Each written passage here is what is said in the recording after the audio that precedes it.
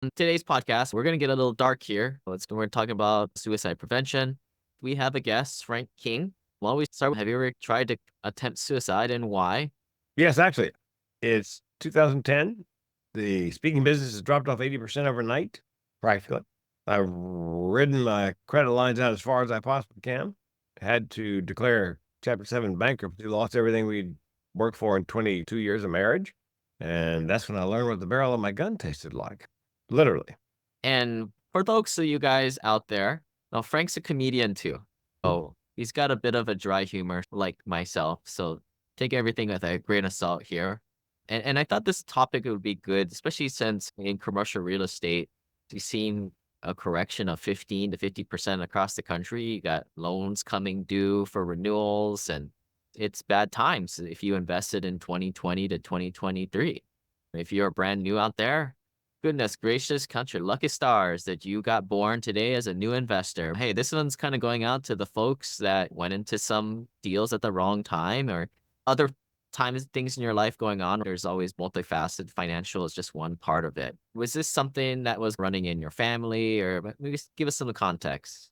Oh, yes. It's called generational depression and suicide. My grandmother died by suicide. My mother found her. My great aunt died by suicide. My mother and I found her. I was 4 years old. I screamed for days. And then if you're already hardwired for depression and suicide, as we are, and you're that close to an actual suicide as I was with my great aunt, then the chances of you seriously considering taking your own life later in life go up. And that's what happened when the bottom dropped out of the world financial market in 2008, 9, and 10. Yeah, and I think some of us, just to put the obvious stuff to rest, I'd like to get your additional insights into it. People will say that when you lose hope, that's when you go into this type of mindset. It obviously is not very sane and out of this world that people would do this and leave their family behind in such a horrible circumstance. But you're somebody who's gone through it. Maybe what else can you enlighten for the folks listening, maybe going through difficult times or maybe being surrounded with people going through difficult times? It's a bit of a myth that people who are dying by suicide don't think about their families because one of the three legs of the suicidality stool is burdensomeness. They feel like they are a burden to their family, friends, everybody around them. So it's from the inside looking out, it's an unselfish act. The world would be better off without me. From the outside in, obviously, it appears to be very selfish. I was going to kill myself because we had filed bankruptcy and it was devastating my wife. And I had $1 million life insurance policy. So I thought I can fix this. So I was thinking about her. She'd be brokenhearted, but she wouldn't be broke anymore. She'd have $1 million cash, tax free. So that's often the case with people as they figure the world would be better off if they weren't there.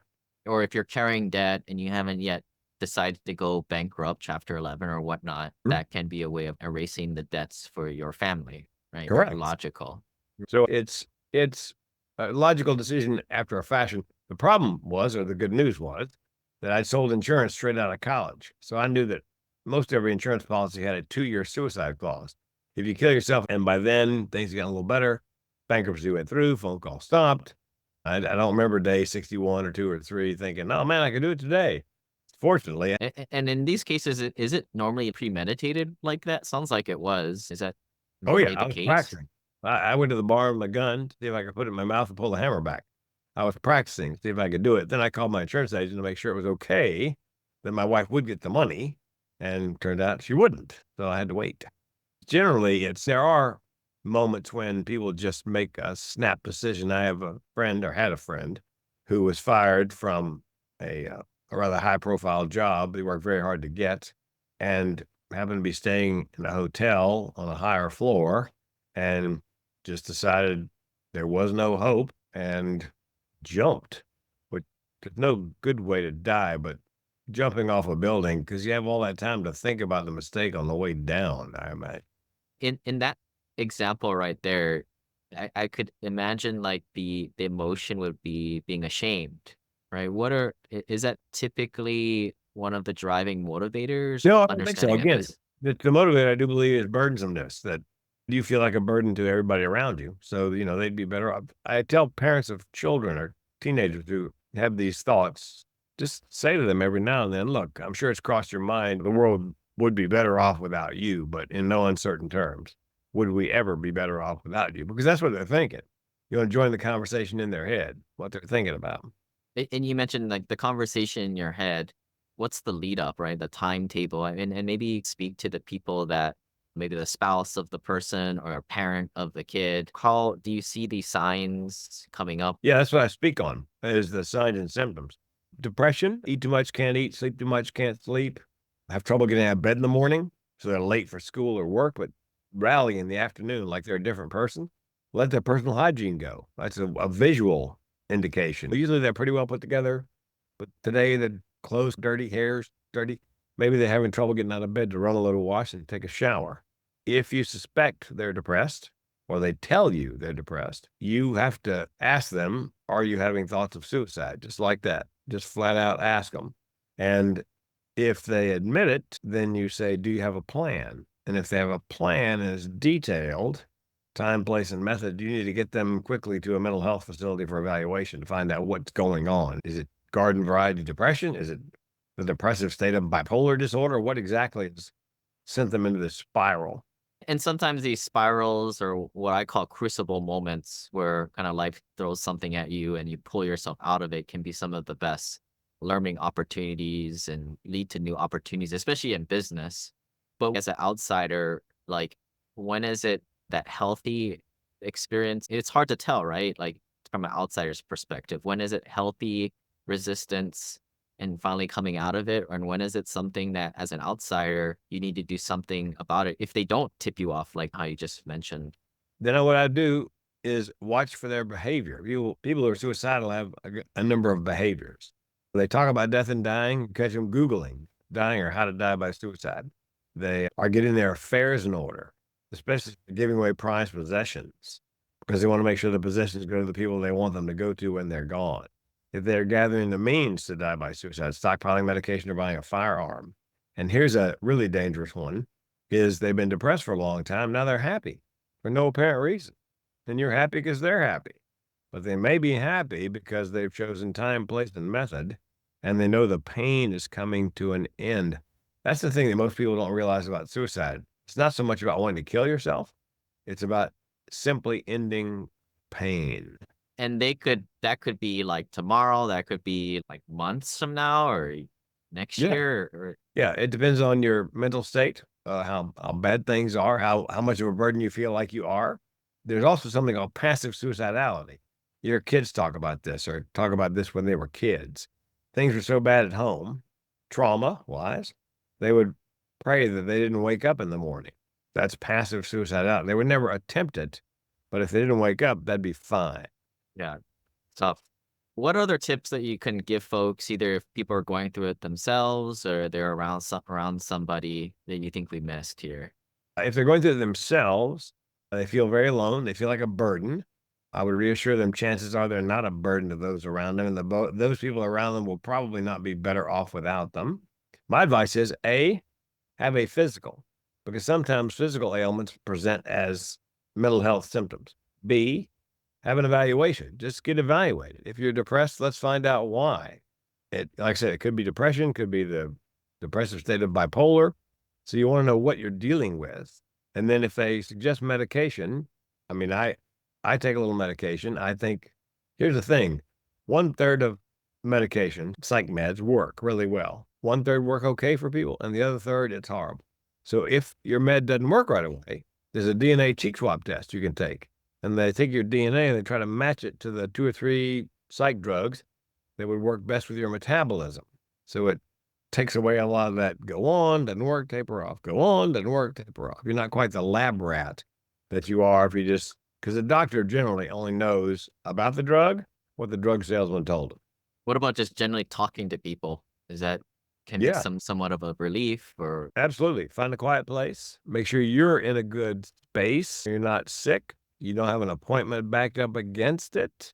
And it's not so much talking as listening and listening non-judgmentally. Don't bring your philosophy or religiosity to the meeting. You want to meet them where they are. And listening is a big part of it. But again, the private place where they feel comfortable to talk, you got plenty of time. You're not sick. So you're on your game. It can be very helpful. Yeah. And I think most people are aware enough to not to be judgmental in that situation. But I think what, especially with a lot of type of personalities here, if you approach somebody in this situation, I think the urge might be to problem solve and find solutions. That's not something you want to be doing here. Yeah, it's not your problem to fix. It's your issue to suggest. As I said, suggest getting a physical, suggest having a mental health evaluation, not checking into a psych hospital necessarily. Have an evaluation, find out exactly what it is, because there are psych drugs that are very effective. I didn't take any until I was 60. And then after that, I wondered why I hadn't done it before, because it doesn't make me giddy, but it just takes the edge off just enough to get me through the afternoon. Any other tips you think we missed out might be very beneficial for some folks here? Yeah, you're looking for patterns. Like I said, if you catch them talking about death or dying, or let's say death and dying appears in their artwork or their music or their writing, that's an indicator they may be considering ending their life. How are their finances? A life-changing event can trigger it. Bankruptcy, divorce, things like that can trigger it. But there may be an underlying mental illness, and something catastrophic like that can trigger it, or trigger thoughts of doing it more sooner than later. So you work with people based on your experience walking them through this and other parts of life. What's your URL in case people want to get a hold of you? It's a mental health comedian. And I don't tell jokes about suicide, but I do tell funny personal stories when I speak, because it's a really difficult topic. And if you give a little comic relief, it goes down a lot easier. It's easier to take than, and oftentimes when I speak, there's a line of people afterwards who want to share a story, because I get up and talk about my mental illness and my near suicide and my crazy family. And it gives them permission to open up about it to somebody, finally. Yeah. Sorry for everybody if it dampened your day. Thought it made sense coming out of this bearish market. We felt it in commercial real estate. And then also, I wanted to take the time to also introduce our new podcast. It's a sister podcast to the Wealth Elevator, where we will focus more on these types of personal development, mindset, personal health, and wellness. It's entitled The Rich Life. So if you guys go on iTunes, Google Play, or YouTube podcasts, or we'll put it on the YouTube channel too, you can Google The Rich Life or just email us, team@thewealthelevator.com, and we'll be in more of that segmented topics in that arena there. But wanted to get this very poignant topic across to everybody here and to use it as an opportunity to announce that brand new podcast. But Frank, any parting words for folks? Anything we missed? Yes, 8 out of 10 people who die by suicide in the US nowadays are men, most 45, 54, and it's generally with a job change. If AI and robotics ruined your job, you're no longer a shop steward in a manufacturing plant. That's very dangerous for men, because men tend to tie their identity to their job. If you're a football player and you've been a star since Pop Warner football, and all of a sudden you blow out a knee and you're no longer a football player, then you wake up the next morning, who the hell am I? That's a dangerous point in many men's lives, is that transition from what they were to what the possibilities are. Although women attempt 3 times as often as men, but men tend to complete because they use a firearm. Yeah, a lot more messy guys are. Women tend to care more about how the looks after. Yes, Um, and you yourself, you're not probably not coming back. If you take pills, and you can still got time to call 911, just a difference in the methods. yeah, but Frank hit on the head. That's you guys out there. That's most of the listeners are male here, exactly within those age ranges. And you're going to change jobs. You accept it, but I think that's the cognitive dissonance that happens when you go through those life transitions, which will happen. And men, toxic masculinity, men tend not to reach out for help because they're men. We're tough. And so if you're a man and you're struggling with this, my advice would be that there's no shame in reaching out for help. You hear people all the time after somebody dies by suicide. I would have done anything for him. I just wish he had reached out. And that's why I say maybe this is a shameless plug for our family office group, but not many men find new friends after the age of 30, let alone 40, and Yep. especially on the same financial path. So that's the community that we've created there. To get more information on that, go to thewealthelevator.com/FOOM. And especially when people come to our events, I always say, look, nobody knows you here. You can be who you want. You can divulge what you want. Ain't nobody gonna care because nobody's likely to see you again. So I think that's what usually ties us back into growing new relationships because we're stuck with them. And I think this is what's hard about living on an island in Hawaii, right? Everybody, you don't want to make an ass of yourself because everybody knows who you are. But it's like Frank's saying, that's not really ideal circumstances when you're going through life's ups and downs like that. But with that, check out that new podcast we're doing, The Rich Life. Check out Frank's URL. Again, his other one is how to make money speaking.com, since he was a TED speaker and they didn't allow him to use TED anymore. That's why it's a different URL now. But thanks for jumping on, Frank. And thanks everybody for listening. And we will get back to money, taxes, investing next week.